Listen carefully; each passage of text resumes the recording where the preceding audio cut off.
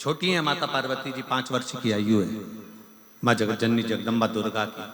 5 वर्ष की आयु में माता पार्वती जी अपने पिता के साथ में बगीचे में भ्रमण कर रही थी। बगीचे में भ्रमण कर रही हैं और इतना बोल रही हैं, इतना बोल रही हैं, एक बेटा और एक बेटी, दोनों में जमीन और आसमान का अंतर होता है। बेटा और बेटी में जमीन आसमान का अंतर होता है। बेटा संसार में बोलता है, घर के अंदर आते से चुप हो जाता है, और बेटी घर में इतना बोलती है, बाहर निकलकर चुप हो जाती है। ये बेटा और बेटी का अंतर है।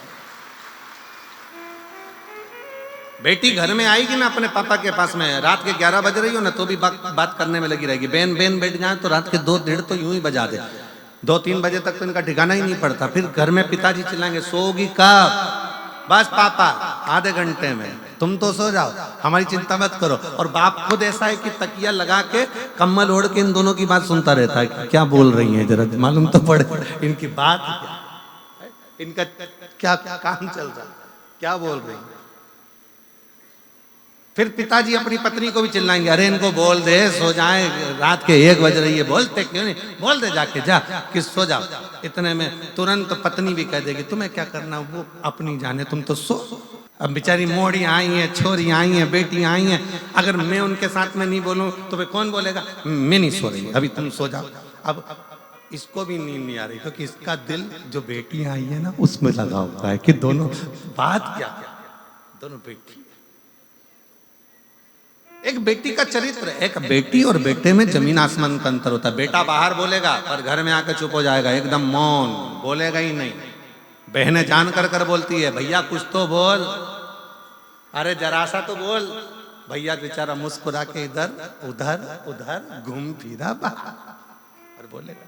पर बेटियों की आदत रहती है, वो अपने घर में बोलती बहुत है, अपने पिता से, अपने बाबुल से, अपनी माता से, अपनी बहनों से बोलती। 5 वर्ष की आयु थी माता पार्वती जी की, 5 वर्ष की अवस्था माँ जगतजननी जगदम्बा की, और सुंदर एक चोटी बांधी हुई है, आधे केश खुले हुए हैं, और बड़े प्रेम से सुंदर सुंदर लहंगा पहनी है, चोली पहनी है, और सुंदर सा एक जूड़ा बंधा हुआ है। बड़ी सुंदर सा फूलों की मालाएं गले में धारण करी है माता पार्वती। पुष्प का सुंदर कर्ण फूल पहनी है, पुष्प का ही बैंदा लगाई है, और पुष्प की ही करधुनी पहनी हुई है। 5 वर्ष की अवस्था में माता पार्वती जी अपने पिता के साथ हाथ पकड़कर बगीचा में भ्रमण कर रही थी, और बगीचे में भ्रमण करते करते पार्वती जी खूब बोल रही हैं, खूब बोल रही, खूब बोल रही।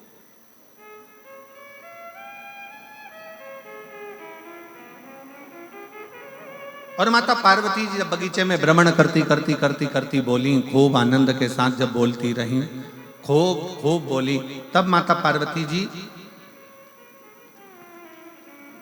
2 प्रश्न कर दिए अपने पिता से। पिताजी,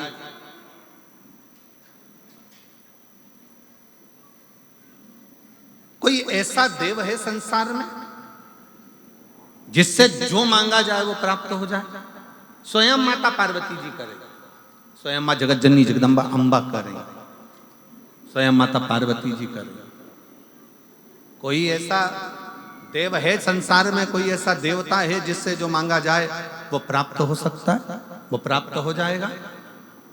जिसके पास पहुंचने के बाद सब कुछ संभव हो सकता है, कोई एक देव है ऐसा? भगवान हिमालय राज मुस्कुराकर अपनी बेटी को गोदी में बिठाकर पार्वती जी के शब्दों पर शब्द सुनने पर भगवान शंकर के लिए स्वयं हिमालय राज ने कह दिया कि केवल एक देव है जिसके पास असंभव शब्द नहीं, जिसके पास में असंभव शब्द नहीं है। केवल एक देव है, वो देव अधिदेव महादेव है, जिसके पास असंभव शब्द ही नहीं है। केवल एक ही शब्द है, संभव।